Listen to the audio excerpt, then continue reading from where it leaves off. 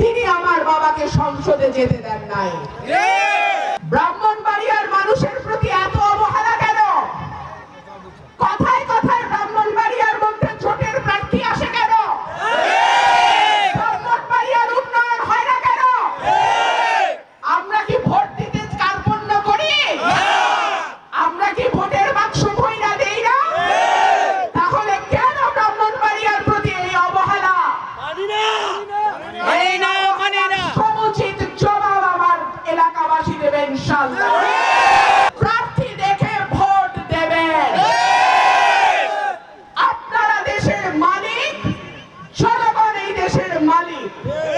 নিজের মালিকানা অন্যের কথায় আরেকজনের হাতে, ভুল মানুষের হাতে তুলে দেবেন না। আমার আগামী রাজনীতি নির্ধারিত হবে আপনাদের সিদ্ধান্ত অনুযায়ী। আপনারা যদি আমার পাশে থাকেন, আমার মৃত্যু পর্যন্ত এই এলাকায় হবে আমার শেষ ঠিকানা। আমার বাবা ৭৩ সালে আসন থেকে নির্বাচন করেছিলেন। আপনাদের অল্প কয়েকজন মুরব্বী যারা এখনো বেঁচে আছেন, তারা সেই সময়ের সাক্ষী দিতে পারবেন।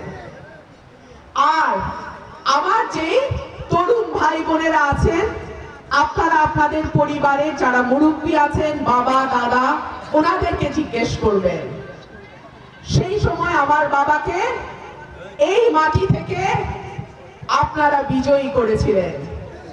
কিন্তু আওয়ামী লীগ ৭৩ সালে শেখ মুজিবুর রহমান তিনি আমার বাবাকে সংসদে যেতে দেন নাই। সেই কারণে ঢাকায় আমার জন্ম এবং বেড়ে ওঠা সত্ত্বেও আমি সিদ্ধান্ত নিয়েছি ২০১৬ সালে আমি ব্রাহ্মণবাড়িয়ার সন্তান, আমি ব্রাহ্মণবাড়িয়া থেকেই নির্বাচন করব। আরেকটা কথা বলি, অনেকেই হয়তো আপনাদেরকে বলবে ওনাকে এই দেয়া হবে সেই দেয়া হবে। আমি আমার এই দুই এলাকার মানুষের ভালোবাসা, সমর্থন, ভোট ছাড়া আমি কারো কিছু আর চাই না।